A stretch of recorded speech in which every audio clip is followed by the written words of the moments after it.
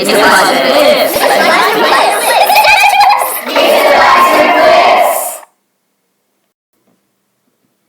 I want to start by welcoming you all to the Year 11 English Advanced course. The course is designed to give you a feel both of the text that you will study next year and give you a chance to build some of the foundation, but also to give you a touch of sort of the difference and complexity between the work that you undertake in Year 10 and in Year 11. So welcome to this course, and we'll hope you have an exciting next few weeks when you get to experience what this course will entail. The first thing I ought to do is tell you about the number 65, or particularly this number 65%. That is the mark that we recommend you achieve in Year 10 to be successful in Year 11 Advanced. However, there might be reasons why you haven't achieved a mark of 65% this year. You might have been a bit lazy with submissions, or you might have been sick for a major assessment, or there might be some other reason, and you know that when you actually apply yourself next year, you will get beyond 65%, which is really what it's. If you're not beyond 65% at the end of Year 11, there's no reason why you should continue with Advanced. You'd probably get a much higher mark in the standard course.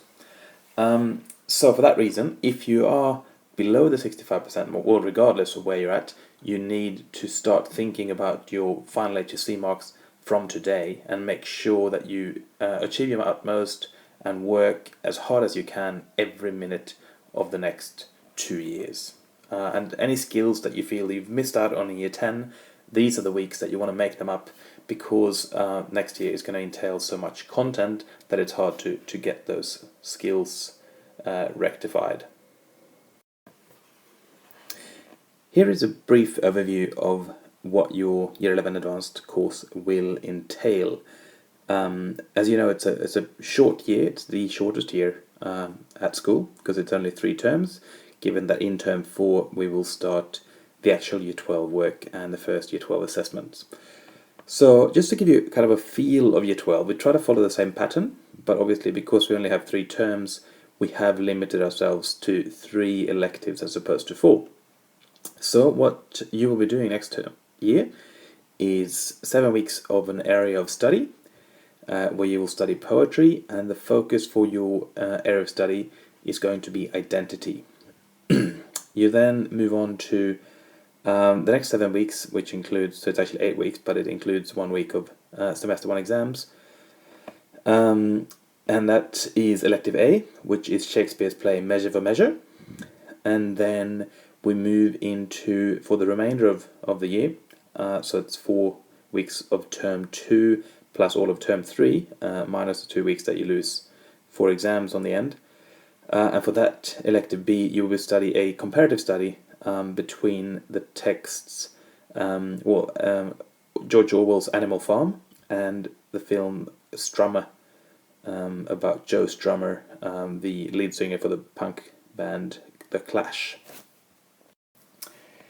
The 2 aspects, there's already 3 aspects that distinguish the advanced course from the standard course is firstly there's a slight shift in the complexity of texts, that the standard course contains more contemporary Australian texts, whereas the advanced course tries to span a much larger part of the literary history of the English-speaking world.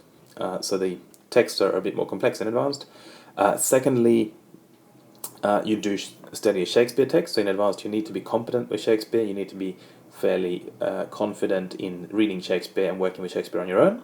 And thirdly, the advanced course entails a comparative study of text, which is what we're doing for elective B in Year 11, so where you see 2 texts that share an idea and you kind of compare that idea across the 2 texts. So in our case, in elective B, our concept is rebellion, so we look at rebellion in Animal Farm and rebellion in the film Strummer, and see if we look at the reasons for rebellion, the way that it's carried out, and kind of the impact of the leader, and we kind of track the idea of rebellion in the 2 texts and see the links between and how different texts represent those ideas about rebellion in different ways. But over the next few weeks, the remainder of this term, which is roughly about 10 lessons, we're going to focus primarily on elective A. That is for two reasons. Partly because we think it is the Shakespeare unit, it's Shakespeare's measure for measure, and it tends to be useful for students to have a bit of extra time to get acquainted with Shakespeare and maybe revisit Shakespearean language, etc. And also to ensure that we have time, spend a bit of time on context and kind of relearn Shakespeare's historical period, etc. So elective A is where we're going to, and particularly the play Measure for Measure, is where we're going to put the emphasis in the next 10 lessons. So with that in mind, if you go back to the Schoology course and the Word document on there, you will find a range, a list of activities to use to explore the play and the ideas around the play, and allow you to represent some of those ideas in various forms, so that you get greater familiarity with the text, so that when we get to actually studying the text in term 1, at the end of term 1, it will be fairly accessible to you. So, all the best, and we hope you will enjoy these 10 weeks of exploring the way we study things in Year 11.